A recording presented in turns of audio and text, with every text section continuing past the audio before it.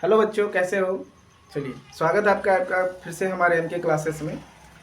आज हम लोग बात करते हैं, पढ़ने वाले हैं चैप्टर 8 क्लास 10 एनसीईआरटी ट्रिगोनोमेट्री, है ना। त्रिकोणमिति का परिचय। त्रिकोणमिति क्या होता है, त्रिकोणमिति का उपयोग हम लोग कहाँ करेंगे, त्रिकोणमिति होता क्या है, बेसिकली इस चीज़ के बारे में इस चैप्टर में पढ़ना है और इसका यूजेस कहाँ पे है ना।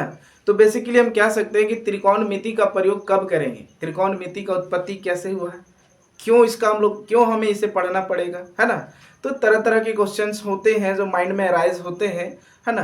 तो इसलिए क्या कर सकते हैं हम लोग, इसके बारे में डिटेल्स जानकारी पढ़ेंगे कि त्रिकोणमिति का उपयोग कहाँ करेंगे, त्रिकोणमिति होता क्या है। ठीक है, तो चलिए सबसे पहले बात करते हैं कि त्रिकोणमिति की उत्पत्ति कैसे हुई। तो त्रिकोणमिति, ट्रिगोनोमेट्री शब्द की व्युत्पत्ति ग्रीक शब्द है ना। 3 शब्दों से मिलकर बना हुआ है, ट्री, गोन और मेट्रोन, है ना। तो ये बना है ट्रिगोनोमेट्री। ट्रिगोनोमेट्री शब्द की व्युत्पत्ति ग्रीक शब्दों ट्री जिसका अर्थ होता है 3, गोन जिसका अर्थ भुजा होता है तथा मेट्रोन जिसका अर्थ होता है माप, अर्थात किसी भी त्रिभुज के भुजाओं और कोनों के बीच के संबंध को मापने के लिए हमें त्रिकोणमिति का उपयोग करना पड़ता है। अर्थात हम कह सकते हैं, we can say that trigonometry is used to measure sides and angles of any triangle. किसी भी ट्रायंगल, किसी भी त्रिभुज के साइड्स को और उसके एंगल को मेजर करने के लिए या उसके बीच में जो एक रिलेशन होता है, रेशियो, अनुपात निकालने के लिए ही क्या करना पड़ता है, हमें त्रिकोणमिति का उपयोग करना पड़ता है। जैसे सपोज कोई व्यक्ति है, एक मीनार है और इस मीनार पे कोई व्यक्ति यहाँ पे बैठा है और यह व्यक्ति क्या करता है, यहाँ पे एक पेड़ है ना, ट्री है।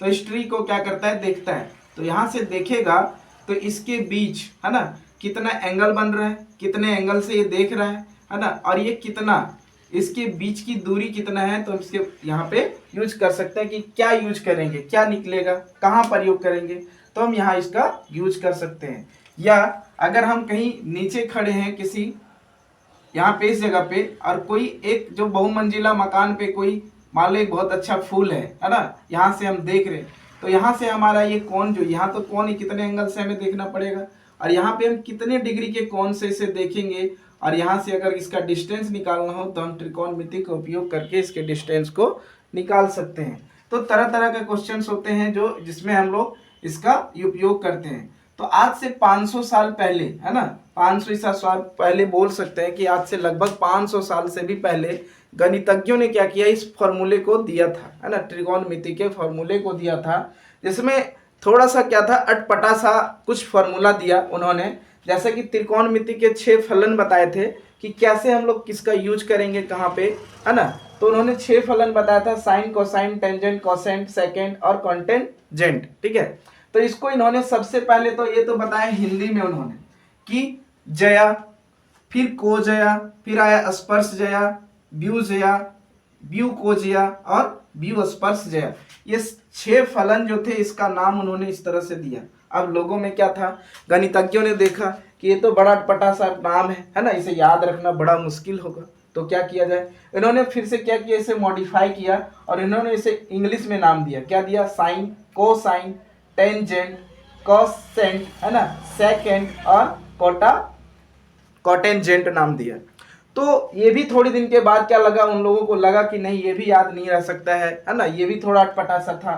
तो उन्होंने क्या किया, बहुत सारे गणितज्ञों ने क्या किया, विचार विमर्श करने के बाद फाइनली उन्होंने ये कंक्लूजन निकाला और उन्होंने शॉर्ट में ये नाम दिया, साइन, कॉस, टेन, कॉसेक, सेक और कॉट। ये जब नाम दे दिया तो लोगों को क्या हुआ, आसान भी हुआ और गणितज्ञों ने भी क्या किया, इसे बहुत ही अच्छा माना और लगभग आज हम लोग इसी चीज को पढ़ रहे हैं, है ना। तो साइन, कॉस, टेन, कोसेक, सेक और कॉट ये त्रिकोणमिति के 6 फलन है और इन्हीं 6 फलनों का उपयोग करके हम किसी भी त्रिभुज के कोण और उसके भुजाओं के बीच के अनुपात को या उसमें क्या रेशियो है, क्या रिलेशन है, उसको हम लोग ज्ञात कर सकते हैं। तो ये 6 फलन हो गए, इसमें से साइन, कॉस, टेन, कोसेक और सेक और कॉट। ठीक है, तो इसमें से कुछ फॉर्मूला है कि हम लोग यूज कैसे करेंगे, साइन का उपयोग कब करेंगे, है ना। साइन का फॉर्मूला क्या होता है, तो फॉर्मूला भी हमने जैसे कि अभी लिखा है कि साइन थीटा। अब इसमें से क्या होगा कि थीटा यूज करेंगे, कुछ ना कुछ तो एंगल बनेगा, तो थीटा का यूज करेंगे। और थीटा का यूज करने के बाद क्या होगा, साइन थीटा इक्वल टू होता है पी बाय एच, यानी कि पी जहाँ पे क्या होगा लंब होगा और एच जहाँ पे क्या होगा कर्ण होगा। कॉस थीटा बराबर होता है बी बटे एच, जहाँ पे बी हमारा क्या होगा आधार होगा, एच हमारा कर्ण होगा। टेन थीटा बराबर पी बाय बी, जहाँ लंब और आधार। जस्ट इसका उल्टा लेंगे, साइन का होता है कोसेक थीटा, तो कोसेक थीटा बराबर इसका उल्टा कर दीजिए एच बटे पी। कॉस का उल्टा होता है सेक थीटा, तो इसका होता है बी बटे एच, तो सेक का क्या हो जाएगा एच बटे बी, है ना। और टेन का उल्टा होता है कॉट थीटा, तो कॉट थीटा बराबर हम क्या लिख सकते हैं बी बटे पी। यहाँ भी इसी तरह से। अब यहाँ लंब कर्ण और आधार कहाँ लेंगे, कभी भी हम लोग त्रिकोणमिति का जो उपयोग करते हैं वो एक समकोण त्रिभुज में ही उपयोग किया जाता है। इसलिए हम लोग देखते हैं कि समकोण त्रिभुज में इसका उपयोग कैसे करेंगे। तो यहां से आप इसे नोट भी कर सकते हो। देखिए जैसे कि हम एक समकोण त्रिभुज ले लेते हैं और इस फॉर्मूले को यूज करते हैं, सेट करते हैं।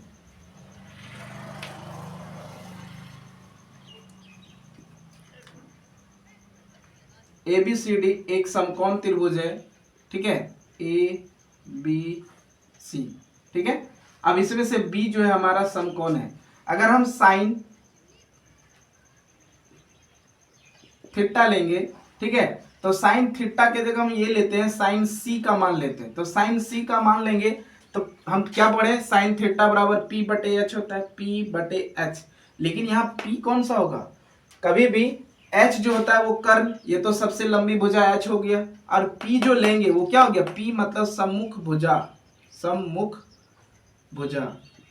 पी का मतलब हमेशा क्या समझना हमें, सम्मुख भुजा, मतलब जिस कोण को ले रहे हैं उसके सामने वाली भुजा को ही पी कहते हैं, जो लंब कहलाएगा। तो इसके सामने वाली भुजा कौन सा हो जाएगा, ए बी बटे एच तो कर्ण होता है, तो कर्ण तो बदलेगा नहीं, इसलिए ए सी होगा, है ना। अगर हम इसके जगह पे साइन ए लेते, है ना, तो साइन ए हम जानते हैं साइन थीटा बराबर होता है पी बटे एच।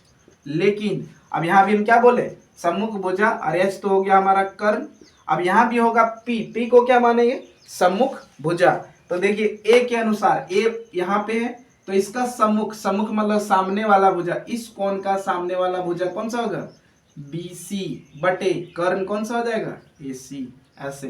तो ये हो जाएगा हमारा साइन थीटा साइन ए बराबर बी सी बटे ए सी। सपोज कोई और एंगल है, अगर कोई भी लेते हैं कॉस थीटा बराबर लेते हैं, अगर हम कॉस ए बराबर लेते हैं तो कॉस थीटा बराबर हमारा क्या होता है, बी बाय एच होता है ना। जैसा कि हमने फॉर्मूला में बताया कि बी बाय एच होता है। लेकिन हम बी लेंगे किसे, कॉस ए मतलब होता है इस एंगल के अनुसार से, ये तो हो गया सम्मुख भुजा, ये तो हो गया कर्ण, मतलब ये हो गया पी और ये हो गया कर्ण। तो हम इसको तो नहीं लेंगे ना, बी कौन सा हो जाएगा मेरा, ए बी हो जाएगा। संलग्न भुजा, बी को यहाँ क्या बोलेंगे, संलग्न भुजा मतलब उस कोण से लगा हुआ भुजा। तो इस कोण से लगा हुआ भुजा एक ये है और एक ये है, तो ये तो हमारा कर्ण है, तो बच गया कौन सा, ए बी। तो यहाँ पे हम क्या लेंगे, ए बी बटे एच, तो हमारा कर्ण पहले से ही है, तो कर्ण हमारा क्या हो जाएगा इसमें, ए सी। अगर सपोज हम लेते हैं टेन सी बराबर, तो टेन सी बराबर टेन थीटा, तो थीटा बराबर क्या होता है, टेन थीटा बराबर पी बटे बी, है ना, मतलब सम्मुख भुजा बटे संलग्न भुजा, है ना। तो सम्मुख भुजा बटे संलग्न भुजा लेंगे, तो सम्मुख भुजा देखिए टेन सी के अनुसार, सी का सम्मुख भुजा कौन सा होगा, ए बी। तो हम यहाँ लेंगे क्या, ए बी, है ना। संलग्न भुजा, इस कोण से लगा हुआ भुजा, एक भुजा ये है और दूसरा भुजा ये है, तो ये तो हमारा कर्ण है क्योंकि ये सबसे लंबी भुजा है, और समकोण के सामने वाली भुजा कर्ण होता है, तो ये हमारा बच गया क्या, बी सी। तो यहाँ पे लेंगे हम बी सी, कोई भी ले लेते हैं। अगर मान लेते हैं सेक ए बराबर निकालना हो, सेक ए का वैल्यू निकालना हो, तो सेक थीटा बराबर आपको ध्यान रखना है कि क्या होता है, एच बाय बी होता है, है ना। तो एच बाई बी, एच मतलब तो हो गया कर्ण और बी मतलब क्या, संलग्न भुजा, संलग्न भुजा। तो संलग्न भुजा किसे लेंगे हम, संलग्न भुजा ले सकते हैं हम किसे, सी, है ना। ए के अनुसार से ये तो हो गया आपका सम्मुख भुजा, सम्मुख तो लेना नहीं है, ये तो हो गया कर्ण, तो बच कौन गया, ए बी। तो यहाँ पे कर्ण हो गया हमारा ए सी बटे संलग्न भुजा कौन सा हो गया, ए बी। तो यहाँ ले लेंगे हम ए बी। तो इस तरह से हम क्या कर सकते हैं, त्रिकोणमिति के 6 फलन में से आपको समझ में आ गया होगा कि कैसे हम किसको सम्मुख भुजा लेंगे, कहाँ पी लेंगे और कहाँ बी लेंगे, है ना। तो आई होप ये क्लियर हो गया होगा। इसमें से और भी देखते हैं, कुछ फार्मूले को भी देख सकते हैं। जैसे बहुत सारा फार्मूला होता है, ये तो मैंने अभी लिख दिया, 10p बराबर ये होता है ना। अब कुछ कुछ फार्मूले हैं जिसको हम देख सकते हैं कि इसमें क्या क्या यूज होगा, ठीक है।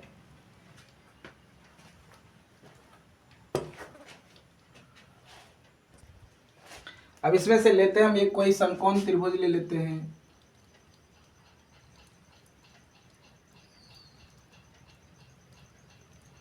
ए पी सी, इसे हम ले लेते हैं थीटा। ये हमारा समकोण है, ये हमारा पी हो जाएगा, ये हमारा बी हो जाएगा, ये हमारा एच हो जाएगा। तभी जैसा कि मैंने बताया कि साइन थीटा बराबर होता है क्या, P by H, cos theta बराबर होता है बी बाय एच। ये तो मैंने बता दिया, है ना, इसको दोबारा बताने की जरूरत नहीं है। अब यहाँ हम क्या लिख सकते हैं, साइन थीटा बराबर होता है 1 by cos theta, sorry cosec theta, cosec theta equal to 1 by sine theta, ये होता है, ठीक है। दूसरा formula cos theta equal to 1 by sec theta, और sec theta equal to 1 by cos theta, ठीक है। तीसरा टेन थीटा इक्वल टू होता है 1 बाय कॉट थीटा, और cot theta equal to 1 by tan theta, ये होता है। और भी फॉर्मूला लिख सकते हैं। अब हम यहां से देखिए, sine square theta plus cos square theta equal to 1 होता है। अब इसी फॉर्मूला में से 2 फॉर्मूला और निकलेगा, 3 फॉर्मूला। कैसे, देखिए साइन स्क्वायर थीटा अगर निकालना हो, sine square theta equal to 1 minus cos square theta, इस कॉस स्क्वायर को इधर कर दीजिए तो कॉस स्क्वायर थीटा आ गया। यदि कॉस स्क्वायर थीटा लिखना हो तो 1 माइनस साइन स्क्वायर थीटा, ठीक है, यहाँ से निकल गया।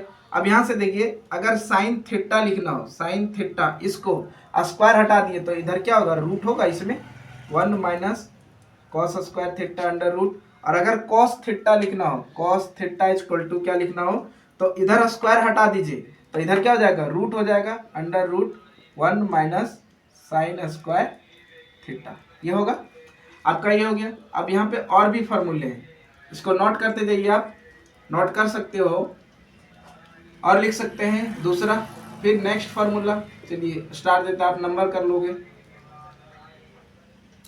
सेक square theta minus tan square theta equal to 1। और हम यहाँ से देखिए, सेक स्क्वायर थीटा अगर लिखना हो तो इसको हम उधर कर देंगे, equal to 1 plus tan square theta. अगर टेन स्क्वायर थीटा लिखना हो, देखिए इसको यही रहने दीजिए तो इसको इधर कर देंगे 1 को, तो यहाँ लिख सकते हैं टेन स्क्वायर थीटा। अच्छा, एक इसको लिख दीजिए, sec theta equal to under root, ये हो सकता है 1 प्लस टेन स्क्वायर थीटा। दूसरा formula tan square theta equal to, इसमें से देखिए टेन स्क्वायर यही रहने दीजिए, इसको इधर कर देंगे तो यहाँ क्या हो जाएगा, सेक स्क्वायर थीटा माइनस 1, और टेन थीटा बराबर स्क्वायर हटा देंगे तो उधर रूट हो जाएगा, under root sec square theta minus 1, ये हो गया। नेक्स्ट फार्मूला हो जाएगा cosec square theta minus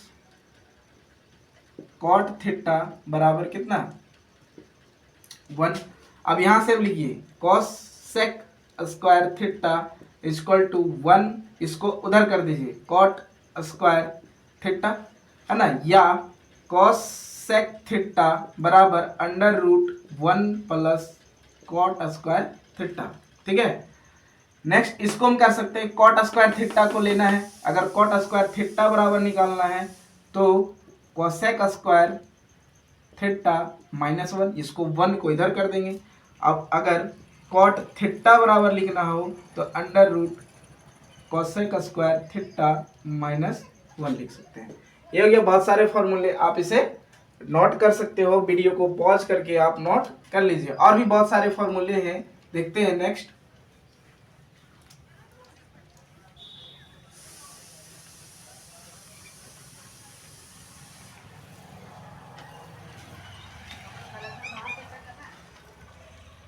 next देखिए, साइन 90 माइनस थीटा बराबर होता है cos theta. Cos 90 minus theta बराबर होता है साइन थीटा, ठीक है। कोसेक 90 माइनस थीटा बराबर होता है सेक थीटा, और सेक 90 माइनस थीटा बराबर होता है कोसेक थीटा, ठीक है। और भी है, टेन 90 माइनस थीटा बराबर होता है कॉट थीटा, और cot 90 minus theta equal to लिख सकते हैं हम टेन थीटा, ठीक है। ये फॉर्मूला हो गया। Tan theta into cot theta, cot theta equal to 1 होता है हमेशा, ठीक है। और sine theta into cosec theta equal to 1 होता है। Sec theta into cos theta equal to 1 होता है। ये फॉर्मूला है। क्यों ये 1 हुआ? देखिए, टेन थीटा को हम लिख सकते हैं tan theta into cot theta को लिख सकते हैं 1/10 थीटा, लिख सकते हैं। तो ये टेन कट जाएगा तो बचा गया कैसा है 1। इसी तरह साइन थीटा की जगह 1/कोसेक थीटा लिख सकते हैं, फिर कोसेक और कोसेक थीटा कट जाएगा तो 1 आ जाएगा। सेक थीटा की जगह लिख सकते हैं 1/कॉस थीटा, कॉस थीटा कैंसिल हो जाएगा, 1 बचेगा। तो ये प्रूफ भी हो जाता है एक तरह से। और भी फॉर्मूले हैं जिसमें से बच जाता है आपका टेबल।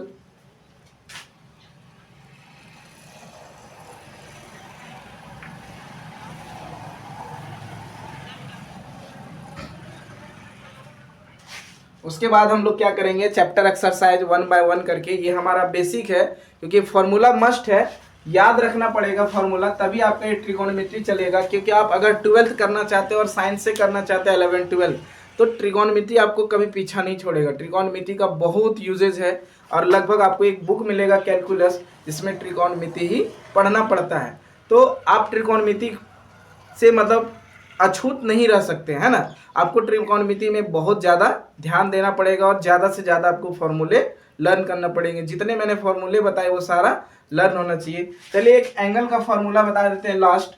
जैसे कि हमको एंगल निकालना हो तो कैसे निकालेंगे। बहुत बच्चे क्या करते हैं, इसे रटते हैं, है ना। तो इसे रटने की जरूरत है ही नहीं, आप इसे टेबल बनाइए, ठीक है। ये हो गया sine, cos, tan, cot, cosec और सेक, ठीक है। सेक और कोसेक। अभी हम क्या करते हैं, ये हो गया आपका। अब यहाँ 0 डिग्री, अगर हम बोले कि साइन 0 का मान कितना होगा, साइन 30 का मान कितना होगा, साइन 45 का मान कितना होगा, साइन 60 का मान कितना होगा, साइन 90 का मान 0, 30, 45, 60, 90, है ना। और ये इतना ही करना है, 1 2 3 4। देखिए साइन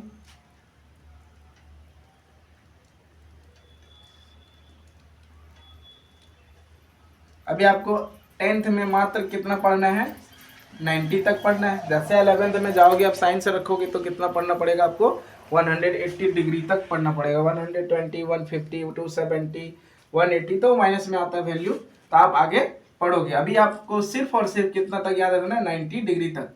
अगर हमको साइन 0 का मान बोलता है तो कितना होता है 0।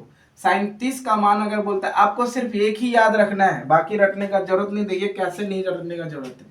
साइन 0 का मान 0, 30 का मान होता है 1/2, 45 का मान होता है साइन 45 का 1/√2, साइन 60 का मान होता है √3/2, और साइन 90 का मान होता है 1, ठीक है। एकदम आपको कुछ करना ही नहीं है, साइन का लिख लिए, कॉस का लिखना है, ठीक है। तो कॉस का लिखने के लिए क्या कर कीजिए, इधर से एकदम पलट दीजिए, यहाँ 1 तो यहाँ 1 होगा, है ना। यहाँ √3/2 तो यहाँ √3/2, यहाँ पे कितना था 1/√2 तो 1/√2, फिर उसके बाद क्या आएगा 1/2, फिर उसके बाद क्या आएगा 0।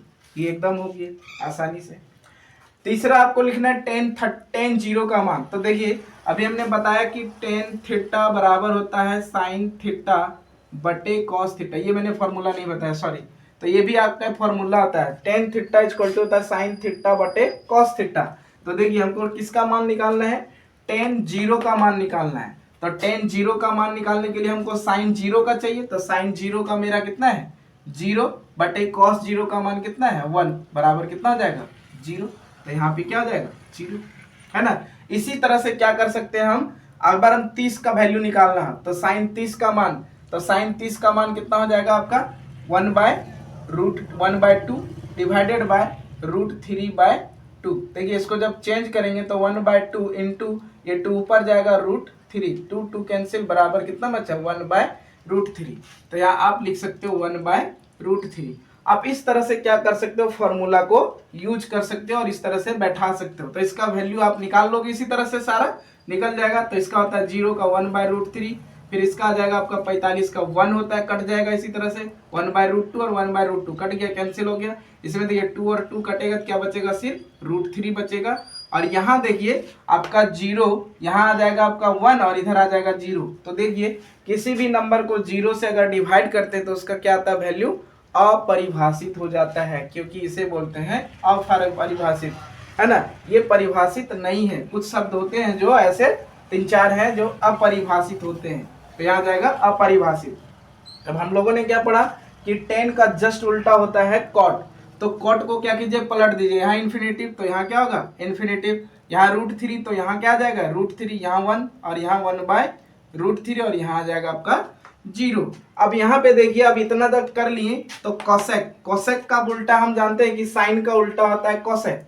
तो साइन का उल्टा sin 0 का मान 0, तो कोसेक का मान क्या होगा sin थीटा बराबर हम जानते हैं कोसेक थीटा बराबर होता है क्या, थीटा बराबर 1/sin थीटा, है ना। तो 1/sin 0 का मान कितना हो गया 0। अब यहाँ भी देखिए क्या हो जाएगा इन्फिनेटिव होगा कि नहीं, तो यहाँ भी क्या आ जाएगा आपका sin 0 का मान 1/कोसेक 0 का मान 1/, यहाँ आ जाएगा इन्फिनेटिव। और यहाँ आ जाएगा sin 30 का मान, तो sin 30 का मान क्या था कोसेक 30 का मान sin 1/sin थीटा, तो 1/sin थीटा तो उल्टा हो जाएगा ना आपका। तो 1/sin थीटा देखिए यहाँ पे 1/sin थीटा, तो 1/sin 30 का मान कितना था 1/2, यहाँ 1/1 लिख सकते हैं। और ये 1/2 मतलब 2 ऊपर जाएगा, यहाँ 1 तो क्या आ जाएगा आपका 2, यहाँ कितना आ जाएगा √2, यहाँ क्या आ जाएगा 2/√3 और यहाँ क्या आ जाएगा आपका 1 नहीं आएगा सॉरी, हाँ 1 आ जाएगा, ठीक है। sin 0 का मान sin 90 का मान 1/1 तो 1 आ जाएगा। अब यहाँ देखिए सेक और कोसेक में क्या करना है, इसको पलट दीजिए, यहाँ पे 1 हो जाएगा, यहाँ पे हो जाएगा 2/√3 और यहाँ पे हो जाएगा आपका √2 और यहाँ पे हो जाएगा 2 और यहाँ हो जाएगा इन्फिनिटी। ये आपका टेबल कंप्लीट हो गया, है ना। इस तरह से हम देख सकते हैं कि टेबल को रटने का जरूरत नहीं, आप फॉर्मूला वाइज भी क्या कर सकते हैं, इसे आप इजीली फाइंड कर सकते हो। चलिए नेक्स्ट वीडियो जो होगा वो हमारा होगा एक्सरसाइज 8.1, है ना। उसमें हम अभी तो मैंने बेसिकली सारे फॉर्मूले बताए, सारे बेसिक्स बताए, और 8.1 आप क्या करोगे जब तक ये फॉर्मूला लर्न नहीं होगा आपको तब तक 8.1 एक्सरसाइज एक भी नहीं बनेगा। तो एक्सरसाइज 8.1 स्टार्ट करने से मैंने ये फॉर्मूले बताए, आप इसे फॉर्मूले को लर्न कीजिए, है ना। उसके बाद नेक्स्ट वीडियो जो होगा वो मेरा होगा एक्सरसाइज 8.1 बेसिकली कि कैसे उसे हम सॉल्व करेंगे। Thank you.